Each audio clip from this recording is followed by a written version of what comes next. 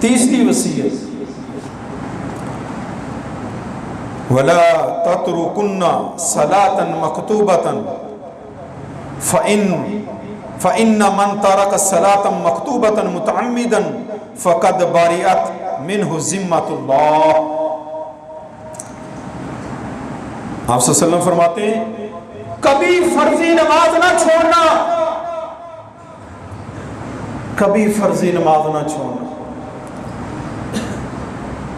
فَإِنَّ مَنْ تَرَكَ الصَّلَاةَ مَكْتُوبَةً مُتَعَمِّدًا، جس نے فرضی نماز چھوڑ دیا معاذ، زندگی میں کبھی چھوڑنا نہ نماز، چاہے تو میدان جہاد میں ہو، قتال میں ہو، تیرے سانس آ رہے ہو، لیٹ کے پڑھ سکتا ہے لیٹ کے پڑھ، بیٹھ کے پڑھ سکتا ہے بیٹھ کے پڑھ، جس حالت میں بھی تو پڑھ سکتا ہے پڑھ، فرضی نماز نہ چھوڑنا۔ اگر تو فرضی نماز چھوڑے گا اے میرے پیارے معاذ، اللہ تیرے اوپر اپنی ضمانت کو اٹھا لے گا۔ اللہ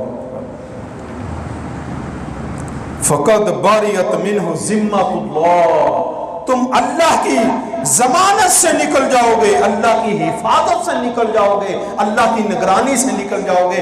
آج ہماری بھائیوں، ہم اپنے اپنے گریبان میں جھانکے، ہم کتنی فرضی نمازیں پڑھتے ہیں؟ 5 وقت کی فرضی نماز پڑھتے ہیں،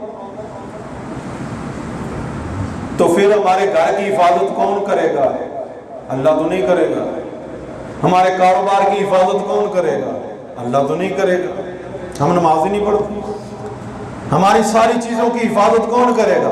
ہماری عزتوں کی حفاظت کون کرے گا؟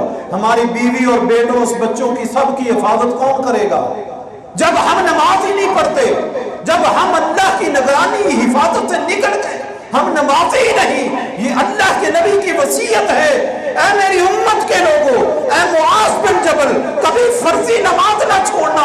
اگر تو فرضی نماز چھوڑ دی فقد باریت ذمۃ اللہ، اللہ کی حفاظت سے، اللہ کی نگرانی سے تمہارا سب کچھ نکل جائے گا۔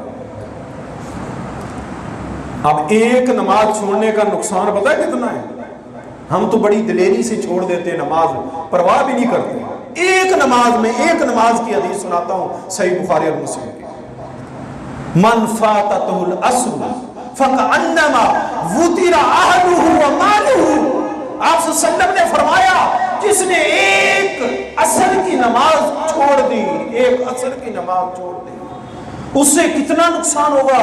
وطر اہلہ ومالہ، گویا کہ اسے اتنا نقصان ہوا، گویا کہ اس کے بیوی، بچے، اہل، مال، فیکٹری، کارخانے، کاروبار، سب کچھ اس کا تباہ و برباد ہو گیا۔ اس سے بھی زیادہ اس کا نقصان ہوا، اس نے فرضی نماز کو چھوڑ دیا۔